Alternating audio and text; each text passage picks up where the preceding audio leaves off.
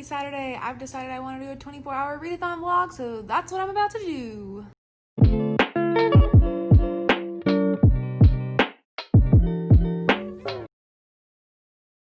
Hey everyone, welcome back to my channel. My name is Ashley and I like to talk about books, and today I'm going to be doing a 24-hour readathon vlog. I've wanted to do one of these for a while. I've just been kind of waiting for a Saturday to come around where I was actually in the mood to read a ton of books, and today is the day. So I have a ginormous stack of books here with me, and I'll show you what those could be. I don't know what I'm going to read. It's just going to be a day of mood reading and seeing how many I can get through, so we'll see together. So the first one I have is Violet Bent Backwards Over the Grass. This is Lana Del Rey's new poetry book, and I've actually already read this, but I listened to it on audiobook because it was available on Scribd. I really liked it on the audiobook, but I feel like I just needed to see the words, so I ended up getting the book, and I do want to reread it. Then I have Over the Woodward Wall by A. Deborah Baker. I've already started this one. This is the same author known as Mira Grant and Shauna McGuire. This is actually connected to the book that came out under Shauna McGuire's name, Middle Game, which I have not read yet, but you can read this by itself, and I'm only like 20, not even 20% into it. I've kind of just started, so could return to this one. Keep Moving by Maggie Smith. This is an essay, notes, quotes, poems type collection thing. Then I have a couple of graphic novels that I got. So there's Fangs by Sarah Andersen, which this is just the best book I own, I think, in terms of appearance. It's just so pretty. It has black sprayed edges. The back's super nice. It's like this fabric cover. I just could not say no to this book. Seance Tea Party by Reimena. This is a story about a girl who's like lonely, and then she ends up becoming friends with the ghost that lives in her house, and it just looks really cute and perfect for spooky season. Anya's Ghost by Vera Brosgol. This is another one about a girl with a ghost. I don't think the circumstances are the same though. I think this one might be a little darker. Through the Woods by Emily Carroll. This is actually a collection of stories in graphic novel form, which I haven't seen before. I haven't read before, other than The Low Woods by Carmen Maria Machado, which is right here. I just read this recently and really enjoyed it, so this one sounded kind of similar. And then Nightlights by Lorena, Alvarez. This one just looks like a coloring book to me, and it looked really pretty. I don't really know what this one's about. And then I have a couple of audiobooks that I'm also in the middle of right now. So I'm reading The Silence, which I can't remember who wrote that, but this just recently came out. It is only an hour-long audiobook, so I'll definitely be able to finish that one today. And it's about a group of people who are gathering at this apartment in Manhattan, and then I don't even remember what happens. Something happens, like the electricity goes out. It was written like right before COVID-19 started, and then everyone says it's like very eerie to read now, seeing what has happened. So interested in that one. And then I'm also in the middle of Goodnight Beautiful by Amy Malloy, I believe her name is. I'll tell you more on that when I finish that, or in my wrap up if I don't finish it today. Those are all the books I have to read. I think I'm gonna start with the Silence audiobook because that is really short and I'm already like halfway through it. So I'll start there and then see where we end up in the rest of our reading today.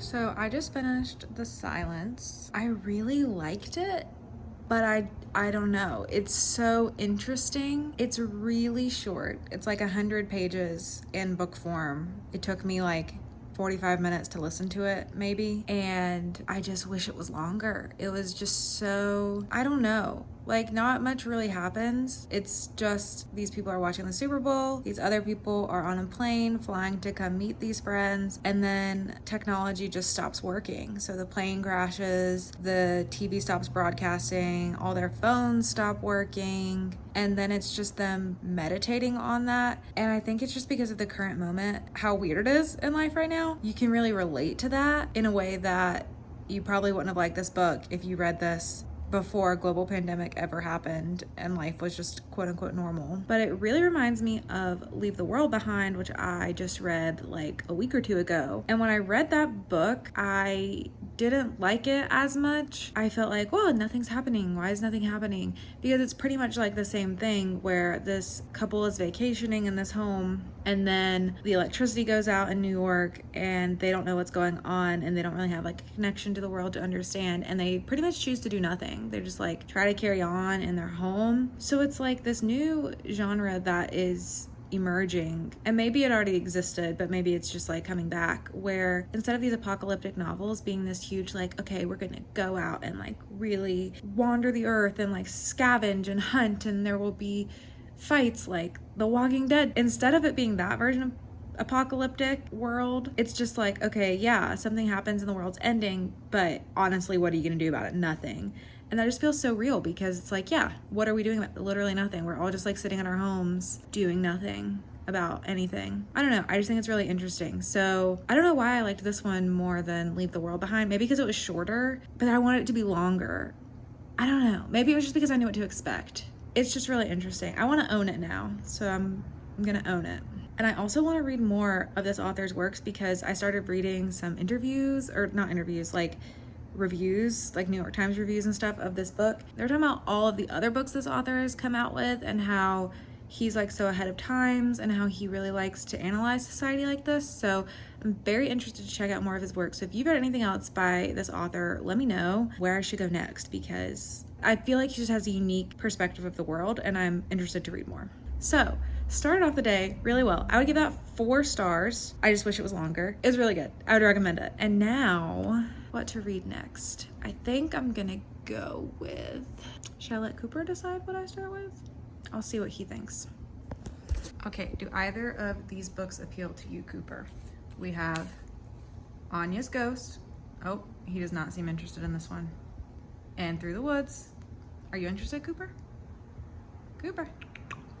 Okay, which one should I read, bud? Should I read Through the Woods? Oh, he picked Anya's Ghost. Alrighty, well that's what we'll do. Thanks.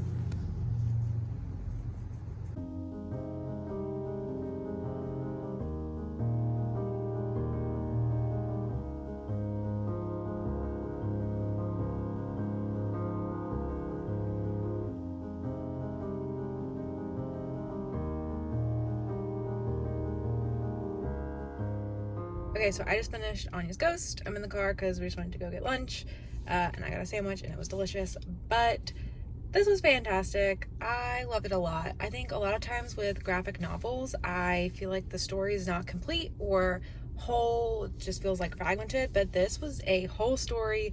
There was a surprise in here that really surprised me. Like, the plot twist got me. Okay, buddy needs to... Oh my god, there's a mosquito on my phone! Ah! Anyways, this was really good. I really enjoyed it. Gave it 5 stars. I'll read something else when I get home. I forgot to tell you what this book was actually about, though. It's about this young girl who is in like high schoolish age. Her family is from Russia and she is not super proud of that. She tries to hide that. She feels like an outcast. She also has body image issues. She's just like an interesting, snarky character. She is like ditching school one day and ends up falling down this hole. It's kind of like a well, but it's just a hole, and gets trapped there for 2 days, and there's a skeleton down there and a ghost comes up out of the skeleton, and it turns out that it's this girl, and the ghost girl tells her all about her life and how she died and how sad it was, and wants her to bring her with her, but she's like, I'm not gonna bring you with me, and the ghost can't leave her bones anyway, and she can't like bring a whole skeleton out, so she ends up getting out of the hole. Like the next day or something, the ghost does appear, and it turns out that she got like a piece of her finger or some other part of her bone in her bag when she got pulled up the hole, so that's how the ghost is able to come with her. And they become friends, and she's like helping her cheat on tests and stuff, like flying around the room to go see like what the smartest kid's putting on the test. Then like halfway there's a turn in the story. I don't want to spoil it, but that's the basic premise. If this sounds interesting to you, I would highly recommend you pick it up because it was really good and very fully formed, which is something that I don't see all the time in graphic novels.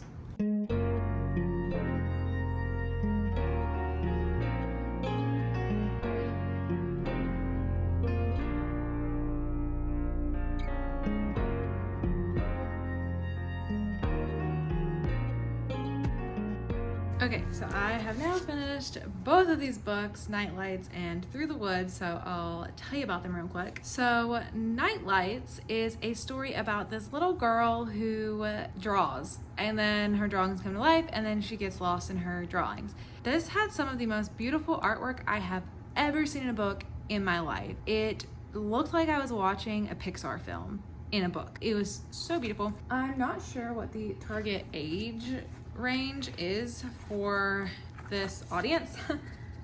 Certainly not for adults, but that's fine. I read young adult stuff. It says young readers, especially young artists, will gobble this up. A junior library guild selection. So it is quite young, but it's also kind of surprisingly dark.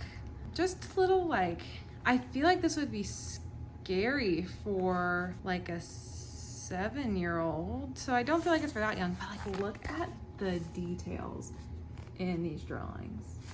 Yeah, I don't know. I'm not around kids a lot, so I don't know what, like, how young is too young to be reading this book, but I will say even as an adult, you can definitely appreciate the beautiful artwork that's in here. And the second I finished it, I was like, that's it. And then it said on the last page that there's a sequel to this. So now I'm gonna have to go get that sequel too, which I see it's only available in hardcover form. And I'm like, this is paperback, so then they're not gonna match. And I'm having a huge dilemma. I wish I would have known it was a series before, but anyway, I would probably give this around 3.5 stars. Not a super developed story, but the artwork just made this worth reading, and I definitely will check out the sequel as well. And then Through the Woods, this is a collection of 5 different stories that are all completely separate, but all like based in the forest or woods area. The stories were not like mind-blowingly good or scary or great or amazing. A lot of them kind of left off on a note where I was like, that's it. But the artwork was great. So I did really like this one. I would give it 4 stars. I'll show you some of the artwork of this one as well. But something that's unique about this graphic novel is just how dark it is. Typically in graphic novels, you'll see a lot of white space. And this one just kind of inverted that. So instead of white space, you always had these really dark colors. And it just created a really interesting, spooky atmosphere. Like the first story in here felt like I was watching an A24 film. So if that's your vibe and aesthetic, I think you'll really like this as well and can appreciate it for just it being something nice for the eyes to look at. There's also some pretty spooky scenes. So I'm about to show a spooky image. Yeah, so things get scary in here. About once per story there was something like that where you're just like, okay, that's actually scaring me. But yeah, I thought it was interesting. I really just like the aesthetic of it. It's more of like style than substance for me, which is not usually what I'm attracted to, but this is like my aesthetic, so I really liked it. So midday recap. It is, what time is it? It is 4:10 p.m. I started at 11:30, so we've been going for like 4.5 hours, and I have read all of Nightlights, all of Through the Woods, all of Anya's Ghost, and then I read the last half of The Silence. So I didn't read that as a full book today, but I have so far completed 4 books in 4.5 hours, and we have quite the stack to go. I think I'm going to reread Violet Bent Backwards Over the Grass first, and then I think I'm gonna read Fangs. So I'm gonna take a quick break from the spooky stuff and come on right back to it. But like I said, I have already listened to this on audiobook. It'll just be a re-listen that I actually get to flip through the book for, but I definitely do want to listen to it because the audiobook just had a really great production on it. The sounds were just amazing. Lana Del Rey's voice was amazing. So I'm definitely going to be using that along with this. I am sad to report back that listening to this and reading it concurrently did not work because they were different. They're in a different order, and then some words were changed, which like I experience that a lot where like a couple small words will be changed in audiobooks because there's different versions of things in preparation and when things get printed, whatever. But the poems being in a different order, I was just like, I don't have time to flip through and try to figure out where I'm at. So I just did it for the first like 2 or 3 poems and had to just find them. Then I got tired of it. So then I just read it to myself. The audiobook definitely makes this enjoyable more so to me, because I gave this 4 stars when I listened to the audiobook the first time. If I would have just read the book, I would have been like, I like about 2 or 3 poems in here and that's kind of it. I don't know. I'm interested to see what else Lana Del Rey does. A lot of the photographs in here were her like photos that she took herself, so that was also part of the art. There were haikus in the back of this, which I don't think were in the audio version. And then there's also a notes section in the back of this where each page there was like a photograph and then a section where you could write your own notes. It was called Notes for a Poet. So I thought that was neat. But yeah, worth checking out. Interested to see what Lana Del Rey does next. But if you can get the audiobook, I definitely recommend that because she reads it, so that's awesome. And then there's a lot of musical production going on in the background that just really brings it to life more than just this. But I also don't read a lot of poetry, so could just be a personal thing that is making me prefer the audio version. Okay, now on to Fangs. This is how this story is immediately starting. She's at a bar, this vampire, and they're chatting, and she's like, it's not easy being a monster. People think it's cool, but I feel alone. No one in this world's like me. He says, girl, I'm a werewolf. And then they make out, and then she's like, should I eat him or date him? Pros and cons chart. And like, I've never seen a vampire more like me ever. Like I said, I have never felt myself so seen in vampire form. Are you kidding me? Okay, this was perfection. Cooper agrees. 5 out of 5, 10 out of 10, A++. I loved it so much. It was amazing. Okay, can you stop sniffing now? Thanks. So this is not like one coherent, cohesive story with like plot. It is like comics that go together. Okay, stop sniffing my book. It's a bunch of comics that just go together and oh no, he got it wet. It should dry.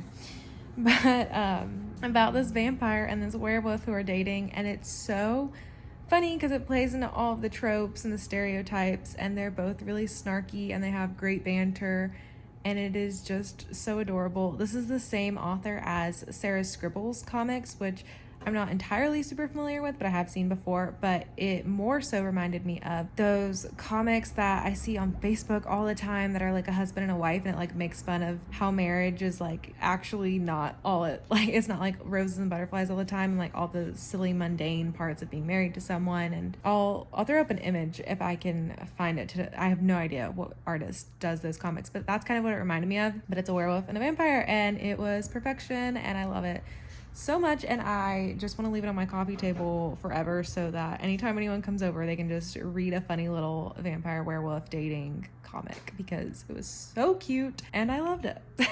Time for another book.